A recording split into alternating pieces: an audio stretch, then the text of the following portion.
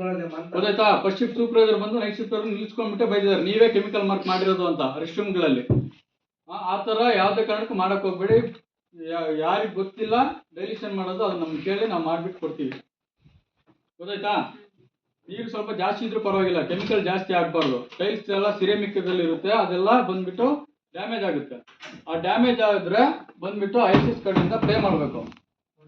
ಗೊತ್ತಾಯ್ತಾ? ಇಂಥವ್ರು ಮಾಡಿದ್ರೆ ಅಂತ ಗೊತ್ತಾದ್ರೆ ಅವ್ರ ಸ್ಯಾಲರಿಯಿಂದಾನೆ ಕಟ್ ಮಾಡ್ತಾರೆ. समझ गया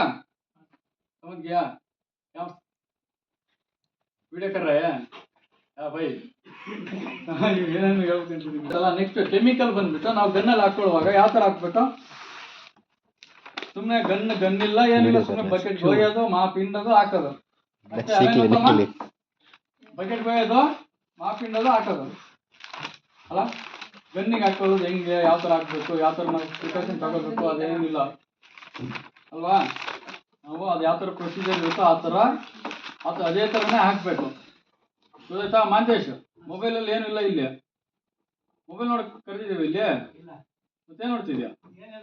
ಬಂದ್ಬಿಟ್ಟು ಕೆಮಿಕಲ್ನ ಕ್ಯಾಪ್ ಬಿಚ್ಬಿಟ್ಟು, ಗೊತ್ತಲ್ಲ ಬಿಚ್ಚಬೇಡ, ತೋರಿಸ್ತೀನಿ ಜಸ್ಟ್ ಬಿಟ್ಬಿಟ್ಟು ಗ್ಲಾಸ್ ಕಾಗಕ್ಕೆ ನಾವು ಹಾಕ್ಕೊಂಡೇ ಇರಬೇಕು.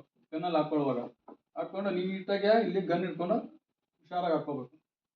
ಗೊತ್ತಾಯ್ತಾ? ಆ ಥರ ಯೂಸ್ ಮಾಡಿ. ಕೆಮಿಕಲ್ ಯೂಸ್ ಆದ ಬಗ್ಗೆ ಅಷ್ಟೇ, ಸರಿನಾ?